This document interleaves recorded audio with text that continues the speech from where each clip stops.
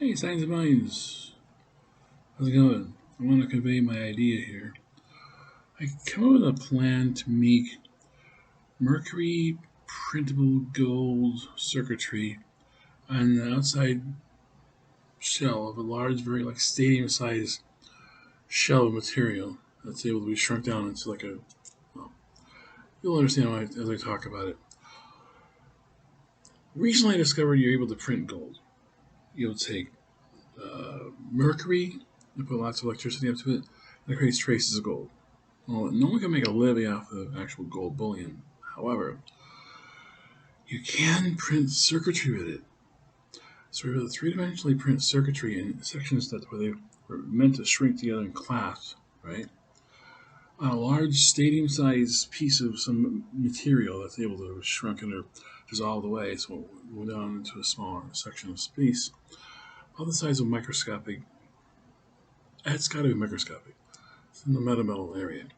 But if you're able to print this printed circuitry of this computer on the outside, for what does this job for, it's going to mitosis, create other versions of itself with cell printer. Also has the ability to manipulate its electric field so it can last other versions of itself to create a atomic structure simulation. But to the average eye user, this is indistinguishable from titanium, aluminum, copper, something malleable like fluid. And the other use of it will probably be like a spacesuit, robots, a car, And the other look of it might turn out to look just like the find in Terminator 2, the movie.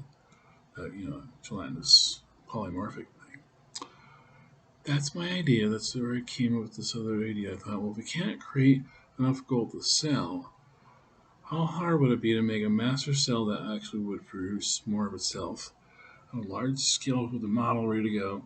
And as soon as it becomes small enough, the static of its tiny size, all the physics would change over to be to become magnetic decidedly on one spot or the other of its own self to connect to other things and make metal type functions and composite materials that way. That's on the back of my mind. I'm thinking NFTs will probably be able to represent that. If you want to do that way.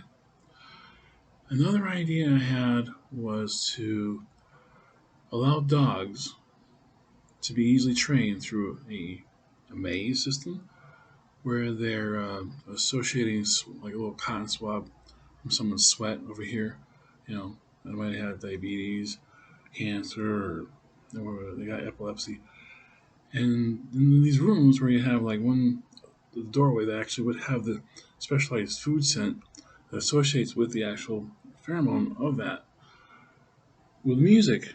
So the dog would go into there with the music, find a treat in the other end, eat the treat, come back up through, go through, find another door with another music, another scent, another thing, right?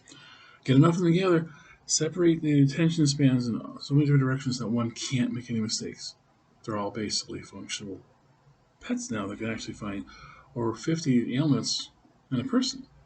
And you save these animals from dog shelters and give them a job. I think it's a great idea. I'm going to call it the puppy mosh pit. It's not it one day. I just picture it's going to go this far. I could teach a dog with the same system.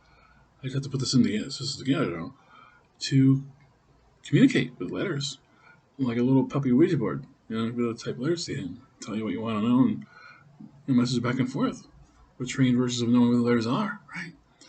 So after all, these dogs would talk, make choices. We don't show up at a concert one of these days and all happy. None of them are getting killed. They're celebrating life and they're taking off for a long day's worth of work. Have long days of work and they're like really celebrating. That's that. Okay, put this video up there and see what everybody thinks. Thanks.